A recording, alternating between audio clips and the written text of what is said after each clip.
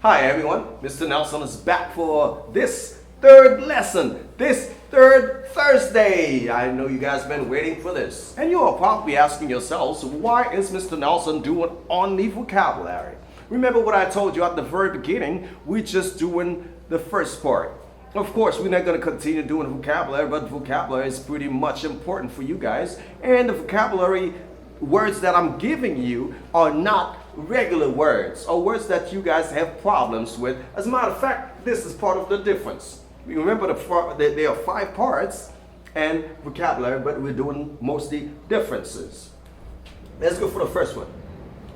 We're talking about drinking alcohol. Drinking alcohol. You know, I know you guys love to drink alcohol. Okay, let's go for the next first one. Someone who drinks alcohol is an alcoholic. When you're an alcoholic, you drink alcohol. But what is the difference basically? An alcoholic is someone who is addicted to drinking alcohol. When you are addicted to drinking alcohol, you are an alcoholic. You are addicted, you are obsessed, you love drinking alcohol. And the next one is a drunkard. A drunkard is someone who is often drunk. He's often drunk. That person is a drunkard. Alcoholic is addicted. But drunkard, you are often drunk. Every time I see you, you're drunk. So you are a drunkard. Now, let's get down to the word tipsy. Tipsy is when you are a little drunk. When you are drunk lightly. When you're a little drunk, you are tipsy. Tipsy, little drunk. Sober, you are not drunk at all. You are not drunk at all. No alcohol. You are sober. Okay. Why no? Why no? That's when you drink cheap alcohol. In Creole, people would call you kakakle. Whereas alcoholic and drunkard are tafiate. Because when they call you wino, you go low. The price you pay is so low. But if you drink something like whiskey, vodka, tafia, ou c'est un drunkard, ou puis on c'est un alcoholic. Mais là, c'est un bon marché, on boit 5 gouttes, 10 gouttes, qui bon, ça encore. 25 gouttes, 30 gouttes, 50 gouttes, on boit dans le cup. Les samoun yo do, c'est un wino. Wino basically was from the word wine. It used to be used for people drinking cheap wine. But nowadays, it is applied to anyone. It is applied to anyone. We use it especially for anyone that drinks cheap alcohol. Okay? Moonshiner. Moonshiner is not a tafiate. Be careful. Pas parce que moonshine c'est quoi qui veut dire que moonshiner c'est moun ka boire. No, no. A moonshiner is someone who sells illegal. You see someone who sells illegal distilled alcohol. We call that person a moonshiner, ou bien moun qui fait clair, qui fait mélange là, ou bien moun qui fait tirose, ou bien qui fait associé, qui fait l'autre type de clair ça, ou les moun ça yon moonshiner, parce que ça le fait aller illegal, c'est pas illégal de faire, pas passer pas payer taxe, pas payer rien.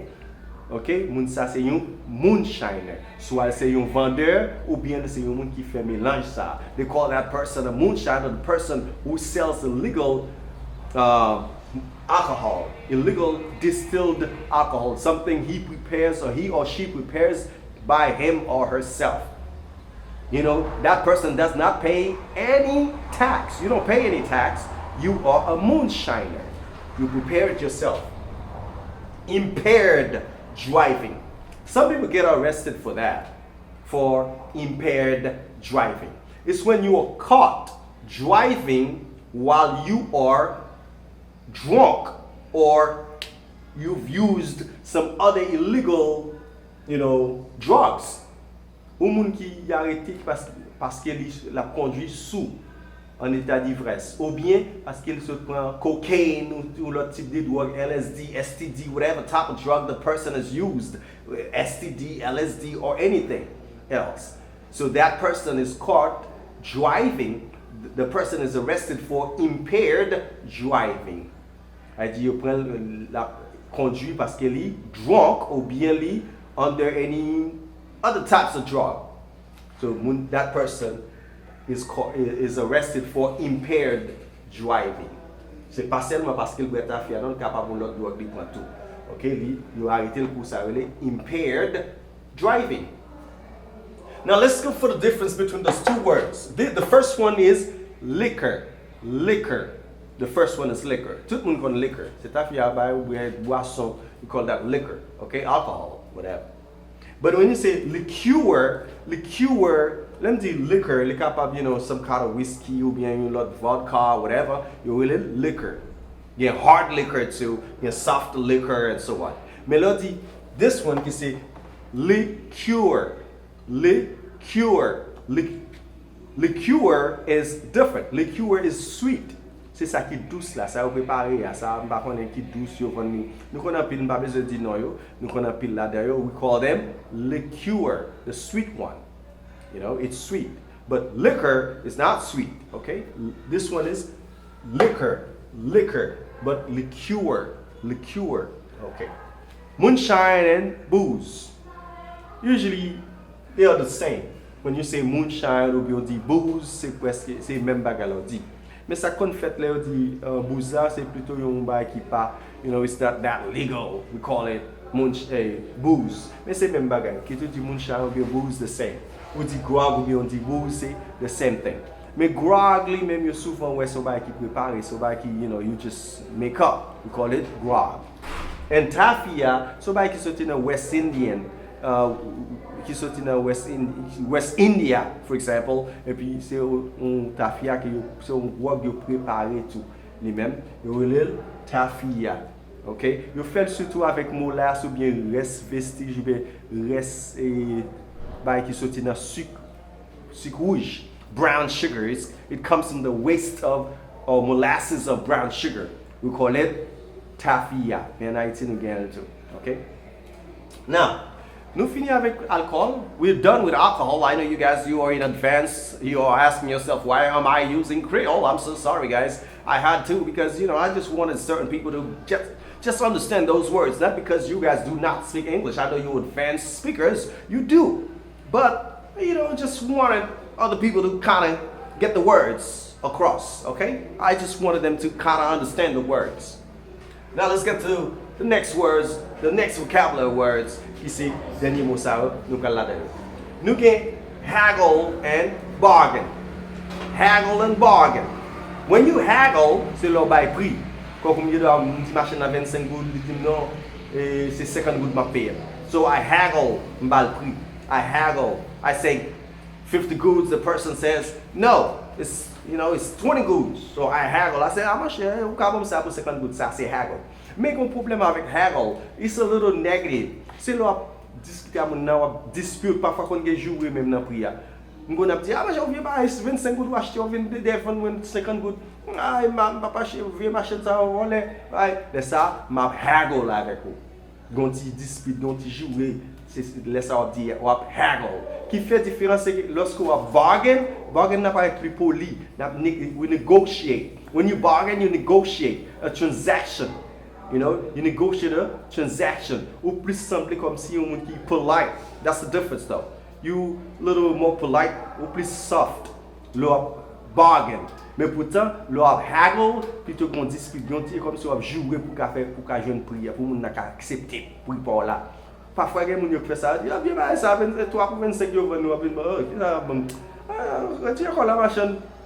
Là, c'est haggle. Mais là, je dis, chérie, on parle. Ok, souvent ça pour 25 gouttes, je vais faire un bonbon. Là, il y a un bargain, we bargain. Toujours, même tous les débats prix, mais la différence c'est que you dispute with the person when you haggle. It's persistent. Okay, it's negative, it's impolite when you haggle. That's the only difference. And bargain is more like you negotiate politely, softer than haggle.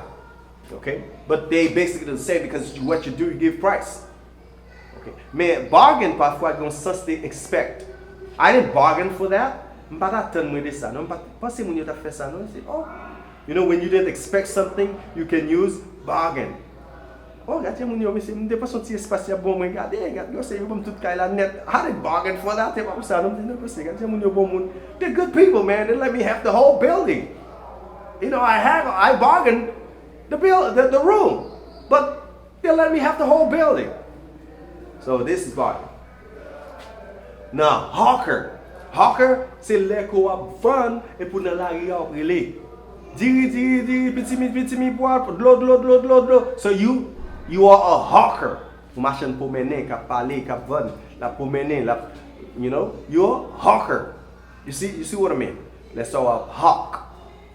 Wap hawkly, wap hawk, you know, you're a hawker. Got it.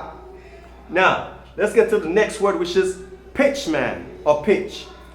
Gon verbe la dan ki se to pitch. When you pitch, c'est là que ou même you promote something. Ou fait promotion pour produit que gagne. Nous connaissons sometimes you take a bus, you guys that go to Pictureville, Gantigua, whatever, when you're on a bus, ou jeune yon moun qui monte bus là et qui pa offre des produits qui bon pour santé ou qui bon pour gosse, qui paye d'eau, moun ça la fait la pitch, moun ça c'est un pitchman. La boîte des discours pour le faut accepter. Politiciens too, the politicians, they pitch the things to politicians. You know, les abdou konzi yap vend nou yon idée, yap vend nou yon idée. Les ça yap pitch the idea. Yap vend nou concept, on bagay quand même. Yo di they are pitching. They are pitchman. Pitch là c'est pas seulement leur faire business, mais on capable utiliser pitch pour capable faire mon accepter une idée ou opinion, something like that. We say that you pitch your opinion, you pitch the idea. Okay? Now, peddler. Peddler c'est encore une machine pour mener. Si différence qui entre hawker and peddler, c'est que peddler a convenu au food directement, il fait directly. He felt the door to door, from city to city. The peddler would probably come to your office and offers you something. If that person comes to your office and offers you some kind of product, that person is a peddler. You know, les marchés moun te men yo va ka vin parler de l'évangile la vin frapper des porte à porte. Tout c'est peddle that they peddle. They are peddlers. Okay. Pusher. Là on dit pusher c'est moun ka vend produits illicit drugs or products. Illegal products. So items, illegal items, stolen items. Moun ça c'est you pusher, la push them. Okay? So you are pushing them. Lò push them, les ça c'est you know, surtout moun ka vend drogue, yo souvent yo pusher. Okay? They often call you a pusher. Alright. Parfois, mo hawker, yo kon utiliser l'on ba illegal tout. Ou le on ba on produit moun na volé vin pour nous tout. Okay, on continue comme ça. Now let's go for vendor. Vendor is especially yon moun ki gen yon back sur yon back on côté li déposer. You have a stand, you put your stuff on the street. You have a hot dog stand ou mette ba ou étal ou ate la et ou ap vendre ou c'est yon vendor. Yo souvent mette mo street là, yo street vendor. Ou ap vendre là yo le yon vendor. Moun ka vendre sur trottoir yo. They are vendors. Mais yon moun ka vendre in a store. If you're selling in a store, inside a store, so they call you a salesperson, a salesman or saleswoman. So ap vendre dans yon magasin, dans yon store, dans yon boutique. Okay? Un corner store c'est ça les boutiques, a corner store. Bodega. Okay? Moun sa c'est yon salesperson. Monger souvent appliqué, yo plus souvent utilisé pour minimiser moun des produits la vendre. Nous connaissons en Haïti nous gete de ça les moun na machin poisson si machin de l'eau dans ce pour minimiser le sac fait devant monger, yo souvent mettre produit moun na vendre. He's a fish monger. He's a fruit monger. He's a fruit monger. Machin poisson. He's a fish monger. Souvent les négatifs, c'est pas que ça fait mais pour moun utiliser pour montrer que you're not doing anything serious, anything important. You're just a monger, okay? So this is for vocabulary. You're satisfied. I understand that you're advanced people. You didn't expect me to use Creole. I'm so sorry when it comes to vocabulary. Sometimes I kind of use Creole because there are certain people that would like to translate those terms into English and they probably didn't know how to do that. And I want to help them. You know, this is why I've been doing so. You know, from lesson 1 to lesson 3. But I'm going to stop doing it, you know. When it comes to grammar, you know, I will stop doing it. When it comes to pronunciation, I will stop doing it. But when it comes to vocabulary, When I have to teach vocabulary, I usually like to do that. Whether you're not Haitian, you will be able to understand because I use English as well. I just translate them, but I don't give any explanation in Creole, okay? So, I hope you enjoyed the lesson today. This was lesson 3. This was the third Thursday with Mr. Nelson, your friend, your coach. And I believe you'll be waiting for me for the next lesson. The next lesson is lesson 4. It won't be vocabulary. Have a good one. Bye-bye.